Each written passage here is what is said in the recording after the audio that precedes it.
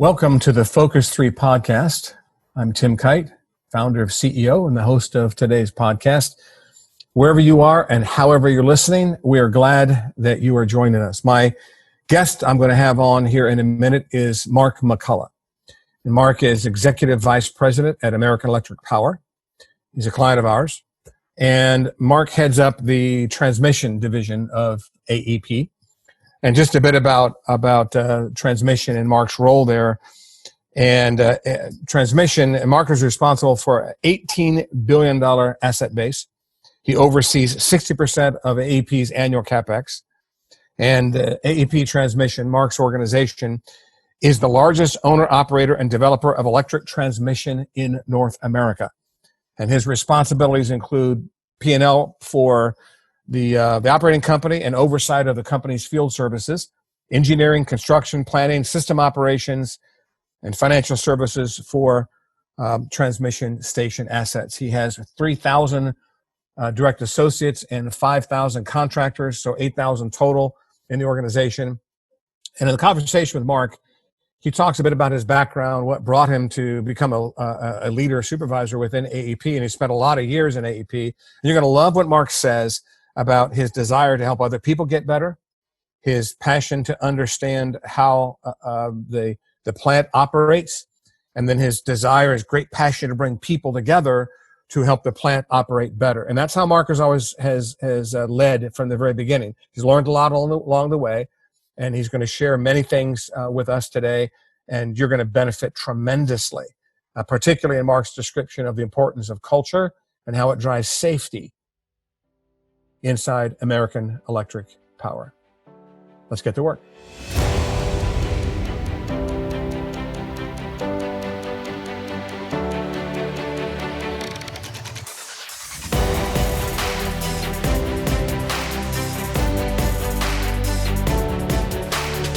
Okay, we are recording. Mark McCullough, welcome to the Focus 3 podcast. I wanted to get you on this podcast for a long time, brother. So I am super excited that you're a guest on this episode today. Well, I'm first of all very humbled to have the opportunity to do it. You've become a good friend and really a hero of leadership for me, and so I'm super happy to be here. Well, that's kind of you to say that. I was reading, obviously, your bio. You and I were talking about that prior to you joining here on this episode, and you're EVP over a very large business unit of American Electric Power, and you've got a tremendous responsibility. You were talking about 3,000 associates, 5,000 contractors, and I read this from the site that AEP Transmission, the group that you lead, is the largest owner, operator, and developer of electric transmission in North America. I mean, wow, brother. That's overwhelming. How do you do that?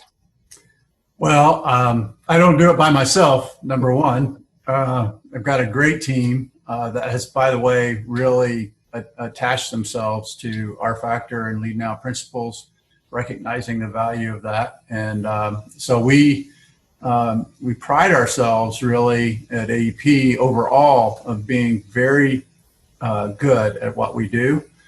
We pride ourselves in keeping the lights on. And so it's, the experience in the team that's built up over years has just really brought a great competence and a great energy, pardon the pun, for delivering energy to any good pun. If any puns you want to throw in on the Focus 3 podcast, I'm for it. So that's awesome. Okay. How did you? Let's back up just for a second, and I really want to talk about because what I'm intrigued about, and one of the things, and I'm going to flip it. You're my hero. That's how this works, my friend. I mean, you are an amazing leader, and prior to your role in transmission, you led generation, which was almost an equally as large and important division of AEP. So you've had a career at this. So how'd you get to this spot, Mark? Give us an executive summary of how Mark McCullough came to be EVP over this transition group at AEP. Yeah, well, I'll start way back. Growing up, my dad left home when I was very young. My mom was left to raise 4 kids, and she did it in a in just an incredible way. There were also a couple of really important men that influenced my childhood and through college years. My grandfather lived right across the street. One of those guys that was just great at his trade, and everybody knew it, and he helped everybody that needed help. He was the best carpenter in the city, and everybody knew it, and he gave a lot of free advice. Another guy was my best friend's dad, a guy named John Green, who, without expecting anything in return, kind of took me under his wing and taught me how to hunt, how to fish, and how to work on a car, which was really helpful. And what George did was when I brought him my problems, he didn't just answer them. He asked me questions until I could answer them myself. Mm-hmm. And so he was literally teaching me how to fish rather than giving me a fish, and about everything we did. It's just unselfish attitude and willingness to help a kid like me was formative. It kind of shaped me. So, where were you geographically, Mark? What state did you grow up in? Oh, yeah, thanks for that. I was in Terre Haute, Indiana. Okay. Very western part, central Indiana. Actually went to college there, a small engineering school called Rose-Hulman Institute in Technology. And that experience with George led me to want to focus on mechanical engineering. And I did end up with a mechanical engineering degree. But by the way, one of the things I offer when people want to do an icebreaker and asks, is there something no one else knows about you? Is when I was at Rose-Hulman in Terre Haute, Indiana, between 1978 and 1981, Larry Bird was at Indiana State, which is also in Terre Haute, Indiana. There you go. And we had the opportunity to play softball against one another. Never played basketball against him, but my job was stand in the left center field and watch him hit the ball way over my head and over the fence. So he was good at softball, baseball, as well as basketball, huh? He was, for sure. Yeah. But anyway, so I left Terre Haute and Rose-Hulman to take a job for AEP at a power plant near Lawrenceburg, Indiana, near Cincinnati, Ohio. And wanted to go to a plant to get my hands dirty and learn the business from the ground level, so that I could contribute in a way that George and my grandfather and my mother contributed to me. Along the way, Tim, right as I graduated from college, I got really lucky and met the girl of my dreams and married her, and we traveled to Cincinnati together. Kelly's and I've been now married 39 years, and it's been incredible. Her dad was a huge influence on me, both from a leadership perspective and a spiritual perspective. So, and Kelly's been a great influence on me. And so as I moved into the power plant, I wanted to kind of reflect the kind of positive influence that had been offered to me. And so I worked really hard at learning how power plant works and how we as a team could make it better. So I worked at that first power plant. All right, I want to press pause right there. Okay. So I just heard three things, and you correct me if I've not captured these, because what I'm listening for, Mark, as you're describing this, I'm listening to the formative parts of your journey, and I'm about to ask you a question later on about what advice would you give to a young person who's listening to this podcast, who's in the same role you were in back then, knowing what you know now. What would you tell them about how to navigate that? But before I do that, or before you finish your story of your journey, I just heard three things. I want to throw this back at you and see what you think. I heard you say you wanted to help make other people better. I heard you say you want to understand how it works, the power plant, the physics, you can want to make people better, but if you don't know the work, you can mow the lawn or babysit the kids, but you can't work in the plant. You wanted to know how the plant operated, and I heard this, and then you wanted to collaborate with the team to make the plant work better. So again, I heard you say, make people better, understand how the plant works, get people together and collaboratively make the plant work better. That's what I heard you say. Does that capture it? Correct. And I learned that from those that were around me, including my very first supervisor at the plant, who supervised a group of engineers but wasn't an engineer. Real quick, funny story. Within my first month, he was taking me through the plant, teaching me, device by device, what the power plant was all about. And then I heard this really big boom. And what I came to know later was a big circuit breaker out in the switchyard next to the plant was opening because one of the plants had a problem and had to trip off a line. Well, I wanted to run toward the parking lot. My leader, his name's Marvin, said, "Hey, come on, we're going to the control room." So we went to the control room of the largest unit at the plant. And when we walked in there, it was chaos. There were people running everywhere. I had no idea what was happening. Alarms, you can imagine yourself in a room that's 20 by 20 with alarm panels on every wall. Had you ever been in that room before? Pardon? Had you been in that room before? Yes, but not under that kind of circumstance. Oh, there you go. Yeah, it looked different, didn't it? It did look different. It looked all under control. They call it a control room. For a reason, yeah. Yeah, so, but Marvin came into the room with all that chaos going on and started pointing fingers and telling people to make sure you secure that. Watch out for that temperature. Has anybody checked that? And it just amazed me how one person can know all of that and direct that with the level of confidence. And everybody in the room, I mean, they did what Marvin said because they knew he knew. And, that was a moment for me where I thought, man, if I could ever do that, it would provide a lot of value to the power plant and the people in it and our customers. So that's a phenomenal story. That's a tremendous. That's a visual that I'm gonna hold that for a while. They knew he knew, and I'm guessing then that when Marvin is telling people to check that gauge, throw that switch, pay attention to that, watch out for this, make sure you take care of that. Prior to that, in the weeks, months, and years prior to that, he'd already established himself as a trustworthy, credible person. Without a shadow of doubt, he definitely people trusted Marvin because of his confidence and his caring. He cared about the people and the power plant. Speculate for a second. If Marvin had not been a caring guy, he was just knew the power plant, but was kind of a mean, nasty dude, would people have listened to him as quickly in that chaotic situation?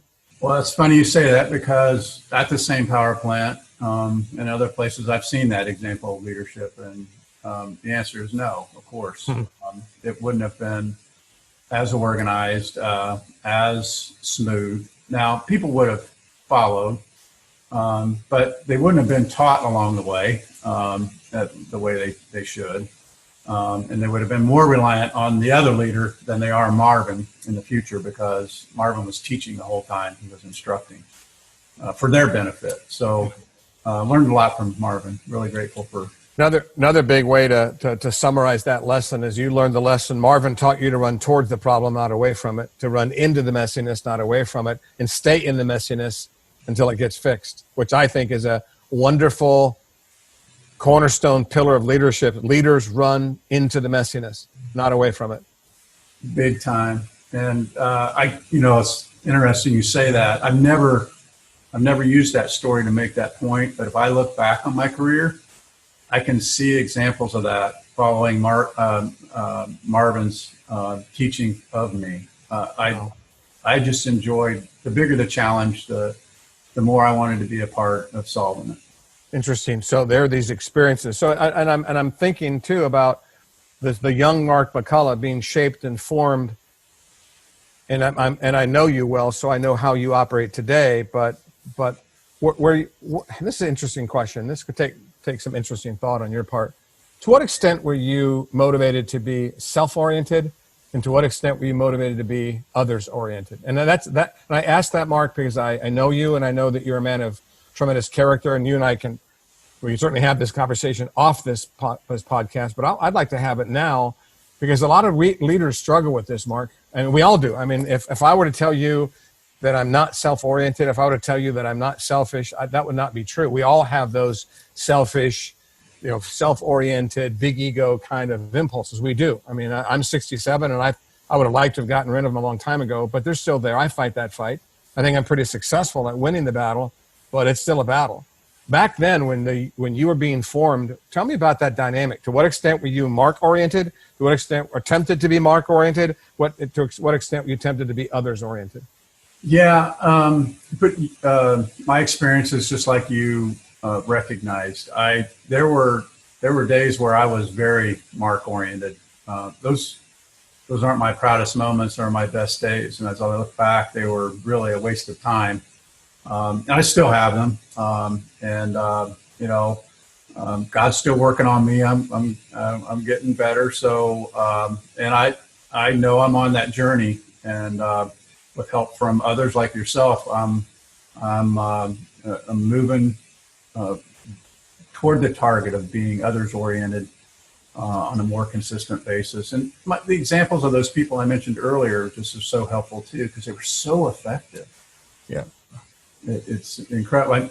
One other quick example, my mother, on a secretary salary, raising 4 kids, we would, not every Sunday, but frequently go to the local orphanage and take 1 or 2 of them to church with us, and then they would stay for Sunday lunch, and she would take them back. Just really a giving person, not having a lot, but still giving.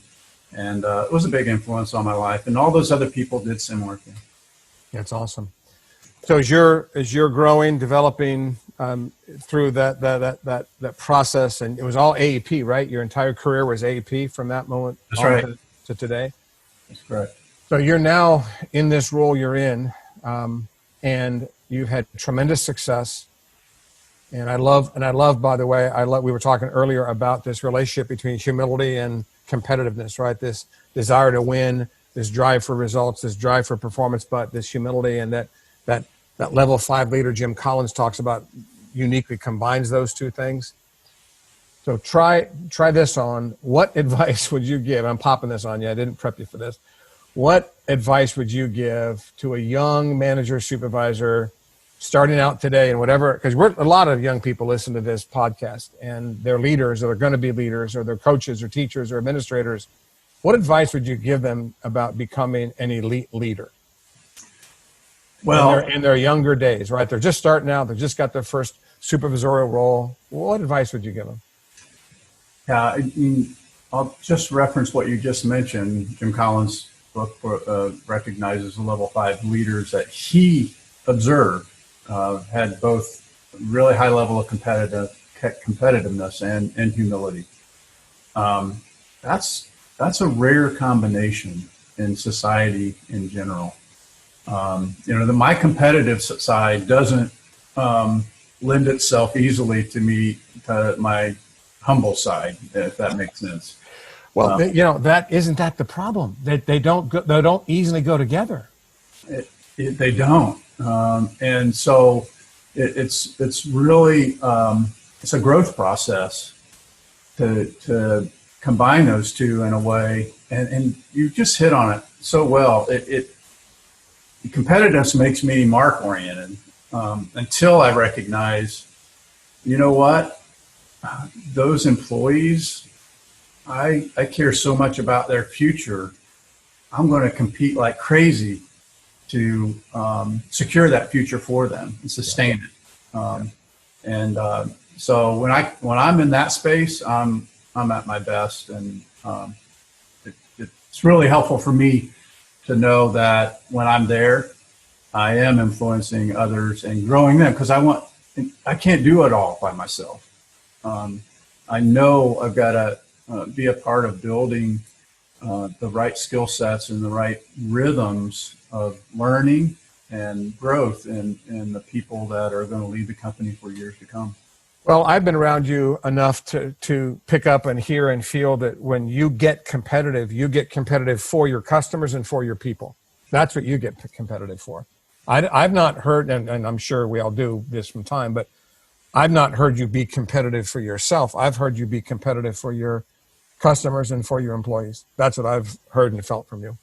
Well, that thankfully more and more I'm consistent in that focus. But I wouldn't be honest if there weren't moments where I'm too focused on Mark. So, but the rhythm that I'm in today, my team and I all participate in a weekly leader call every Monday morning, 7:15, and we talk about the commitments we made last week and how did we do on those and what are we doing this week and how are we going to influence the organization, the individuals in the organization to understand how much their behavior matters and how much their growth matters, and just share with them some things. We call it respectful candor. And your term we've used over and over again, productive discomfort, is one that we hold up to recognize we've got to do that if we're going to move people to the best version of themselves. And so it's true. And you find yourself in some uncomfortable conversations, but when you step back and then see that person respond, because they've had R factor training, they know their R is so important for the outcome to be positive, that it's so cool to see them grow as a result of that hard conversation. I brought a new term in. I actually used it in the devotional that I wrote this week called creative abrasion, which I took from, Proverbs says iron sharpens iron. Yep. And I thought that's creative abrasion. That's abrasion that creates good things. That when you come together with another person, and it's about disagreement or it's about an observation, it's it's kind of a synonym to productive discomfort. But I love the fact that it's creative, right? It makes something happen that wouldn't have happened if you didn't abrade, if you didn't have the difficult conversation, if you didn't engage in the discomfort, if you didn't address the thing that people don't want to talk about, that person, if you didn't do that, then something that needed to get created would not have gotten created. So I'm trying to find ways to use the phrase creative abrasion. You just gave me one of the reasons. Well, you gave me a platform, but isn't that a great term though? It's awesome. And to recognize, not the same term, but that's advice that's 2,000 years old by one of the most recognized people in the world for being wise. I got news for you. Solomon was a lot longer than 2,000 years ago. That's true. Pardon me. Sorry, I'm so deep into Proverbs and Solomon right now that I couldn't let that one go. So, yeah. But we won't quibble. Had a couple thousand years. We're going to quibble over that, right? But yeah, that's I heard Brene Brown has a great phrase that she actually took, and she had a book called Dare to Lead out, and it's pretty popular. And in the book, she says, clear is kind and unclear is unkind. And I thought, another way to look at it, right?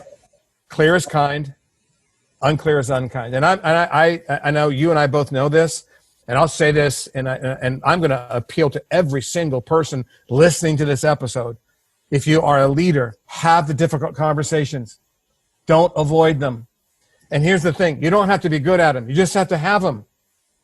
In fact, sometimes I'll sit down with people and say, I got to have a difficult conversation. I'm not very good at them. I don't like to give them. I don't like to receive them, but I have to have them, and I got to have them with you. So bear with me. Here's what I'm thinking. And I listen. I don't just blast the person, but I'll preface it with, I'm not very good at this sometimes. Yeah. But I have to have the conversation. That's so helpful. And then recognizing that this is an effort to improve you. My goal here is to move you toward the best version of you. And people respond to that kind of caring, for sure. Yeah, I think they do. What role, and you and I have worked on this hard, but, well, first of all, real quick, because I'm not sure everybody on this call knows the priorities of the utilities industry, right? What are the kind of top priorities that you need to produce? So, for example, safety is top of the list for whether generation, transmission, utility industry. It's a dangerous environment oftentimes. So safety is one of those priorities, and we'll come back to it in a second. But what are some others? So what are priorities that you're driving as a leader? You're trying to create an organization that produces very specific outcomes, one of which it got to be safe. It has to be safe, and it's got to be a constant 24/7 focus on safety. What else, Mark, and we'll come back to it, but what else is a outcome that your organization has to produce? Yeah, I'd say the two other big ones are reliability. If we're not reliable, our customers suffer. And then right in combination with that is cost. And the secret there, I'll just focus on those two for a moment, is what we call the power of and. It's not that you require high cost to have high reliability. The high reliability at the lowest possible cost can happen, and that's the power of and. You can have high reliability and lower cost. And as we follow our playbook belief of the relentless pursuit of excellence, one of the things we know is we got to think big, and we're driving toward an outcome of being better every day. And if we have that consistent approach at improving our cost profile and our reliability profile every day, the power of the intellectual capital and energy in this organization, it's amazing what it can do. And to see people act on that is incredible. The pursuit, though, and again, I know your heartbeat on this. I know the reality of this. The pursuit of reliability and cost, however, can never come at the expense of safety. There can be no shortcuts. There can be no compromise in the pursuit of reliability and cost when it comes to safety. Talk about that. Yeah, this is going to be hard for me to keep this short, as you know, because unfortunately I've had the opportunity over my career to see some real tragic events. And to know that they were preventable is super humbling, and drives me to find out more. I'll give you one example that just happened recently of a contractor. We were I got a call on a Friday evening and recognized that a young sawman was cutting the last tree on a Friday afternoon, and was directing an excavator to move to cut some limbs down so the tree could fall safely. And it was kind of hilly and muddy, and the excavator kind of lost its balance and fell over and crushed the young man. So as we called the contractor in, CEO and his team came in to talk to us. They came in the following Tuesday, and we had a good conversation. What I want to hear when those conversations take place is the culture at the very top of the organization. I want to understand how they're seeing this event, how they're assigning culpability. And I was really pleased here to see the leadership team recognize that there was opportunity for them to improve personally, and asking for our help. And we were asking for theirs too. We're on a journey to zero harm, and we want our contractors to come with us. As we started asking questions, we did recognize that a couple of rules weren't followed. One of those was a 20-foot radius rule around the machinery. And the rule is that when someone's in the seat operating, you don't get inside that 20-foot circle. Salman was inside there, and so the question is why. Been trained on the rule, knew the rule, but was that the first time he or anyone else on the crew had been inside the 20-foot circle? And why is it that happens? And why don't we know what happens, and what are we doing about it? And the reality is, Tim, as across my career, I've seen that we do have a book full of rules. All of those rules are in there for a reason. And the problem is we don't build them into our routine and believe that they're really, really important to do right every time. And so what I want to hear leadership say is, I'm a part of the issue. That rule wasn't followed because I haven't done a good enough job in leadership. Now, there's culpability across the spectrum from the individual to the leadership team. But the reality is, if we walk past those kind of things and say nothing, what do the individuals think? If you permit it, you promote it. That's exactly what we tell them. And so the rule is only a rule on paper. It's not a real rule that's out in the field. So what if a leader had walked by a job earlier that month, earlier that year, and said, "Hey, come over here a minute. You remember that 20-foot rule? Thank you so much for staying outside that rule or that ring." Or they might have said, "Hey, yeah, come here a minute. Remember you trained on that? Move out, get away." Yeah. You know why that rule's there? Something really bad happened before. Really bad. So please take that to heart. Teach your teammates that, and make it so every day, so we don't see that happen again. Because the reality, Tim, is, and you know this because you see this in every coaching opportunity you have, we drift. We drift to a more comfortable place. We might follow the rule for a while, but if we see that it can take place without anybody getting hurt, we want to drift back. That's called regression to the mean, by the way. That's what that's called, regression to the mean. So we are, keenly focused, laser focused on helping ourselves understand. In fact, the second behavior in a playbook is no shortcuts, honor the rule. Honor it. It's there for a reason. Yeah. And we're beginning to see some really cool things happen in the organization and in the contractor community. Rates are much better this year so far, and I know it's a very short time frame, but that's encouraging. You mentioned my role in generation earlier. They have absolutely performed at beyond DuPont Best level. When DuPont Best is our ultimate goal. Your benchmark. So, if I can comment on that, Mark, last week I had several conversations with some key leaders in pretty different domains. One was business, one was healthcare or banking, financial services, and then one was a college basketball coach. And we were talking about building culture and the journey of building culture. That first you put it on paper, and then you get into your head as a concept, and then it has to go to your heart for a belief. That's the 3-step journey: paper, head, heart. And that you've got to do that. You can't.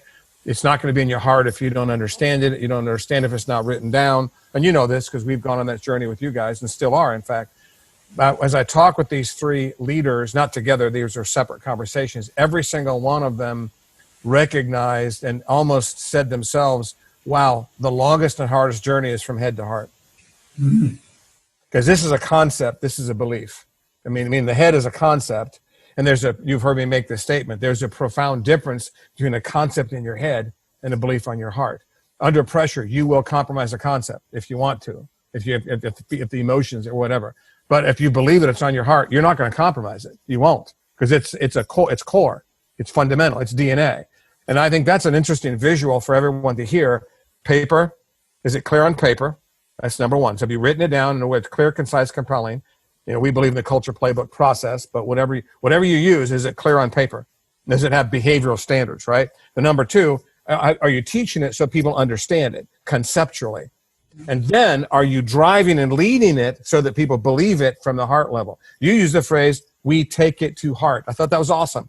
We take it from head to heart. And therein lies the big challenge we have, I think, every place where I think everybody conceptually believes in safety, productivity, teaming, and conceptually, who disagrees with that stuff?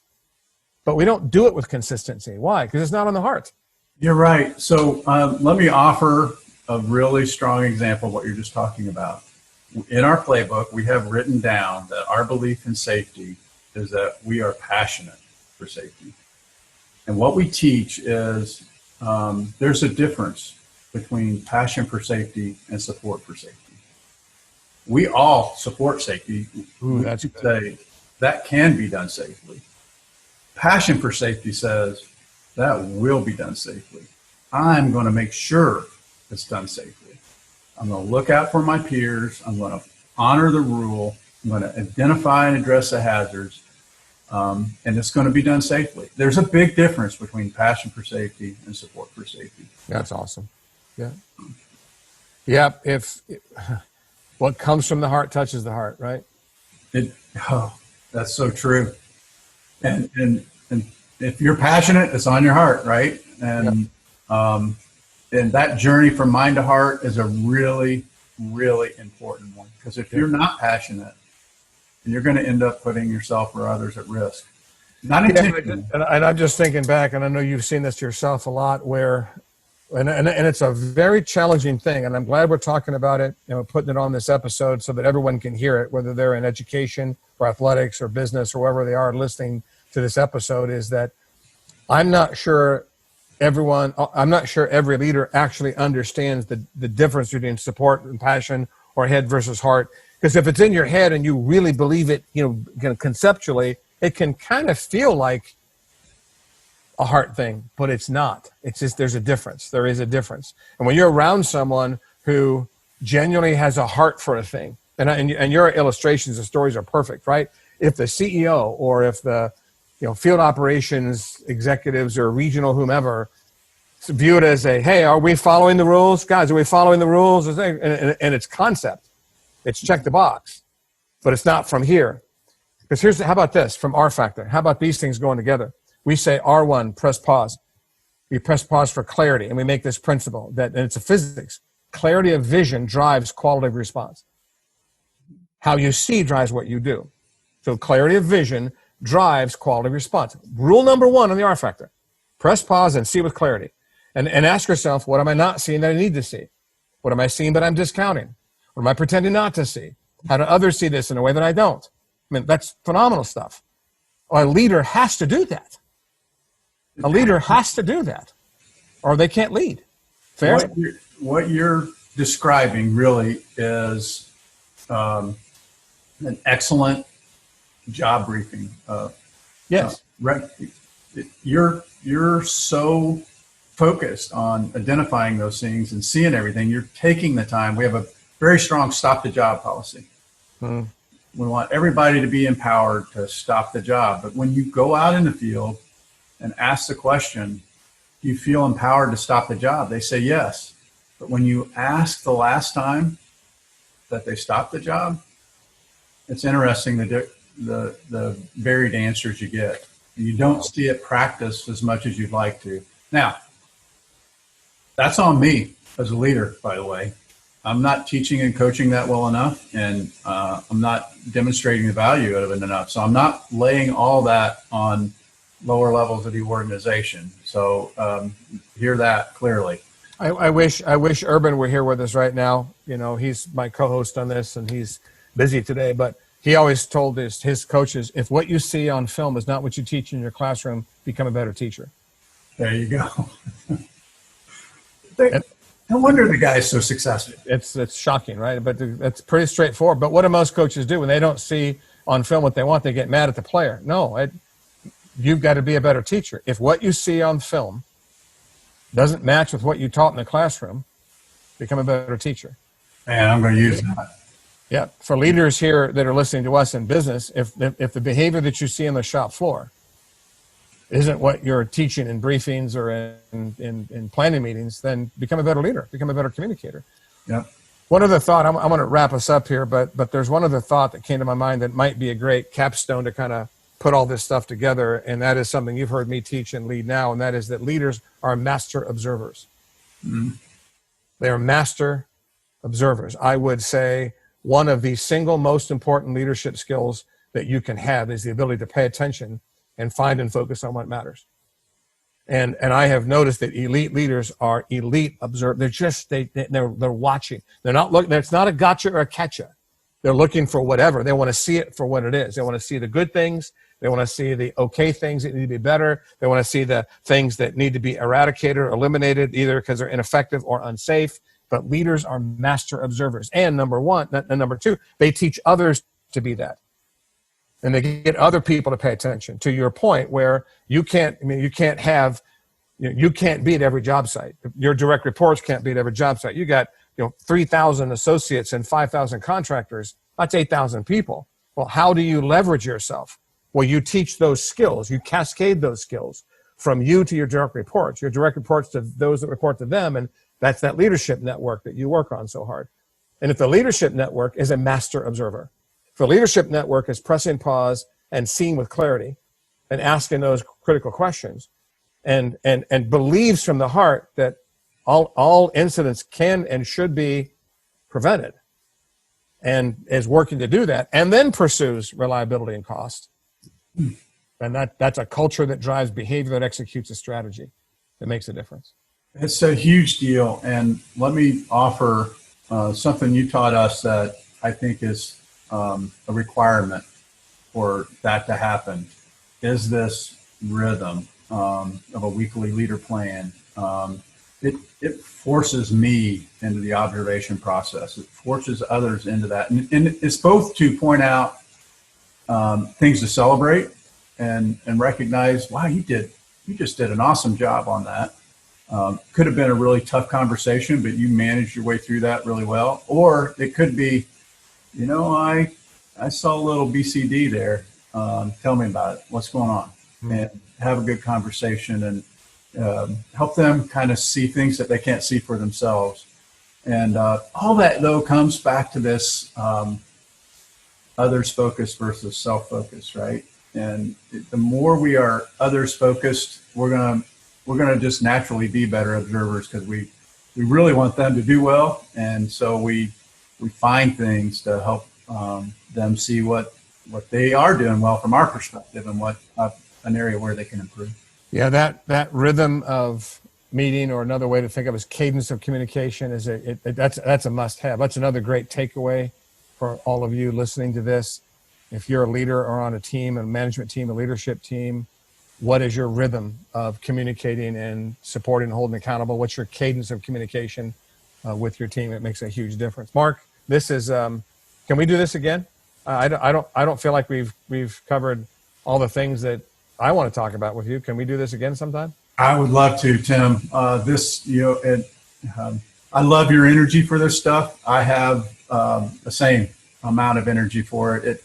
To see others be impacted in a way that not only makes them better people, or pardon me, better employees, but they're better fathers, brothers, sisters, mothers. It's just isn't that fantastic? That's the thing I love most about what I do, and what I love about leaders like you is that it is about performance, but it's not just about performance. I think that's phenomenal. It's about people, the whole person. It is. Amen. Well, Thank you. Thanks again. I appreciate it.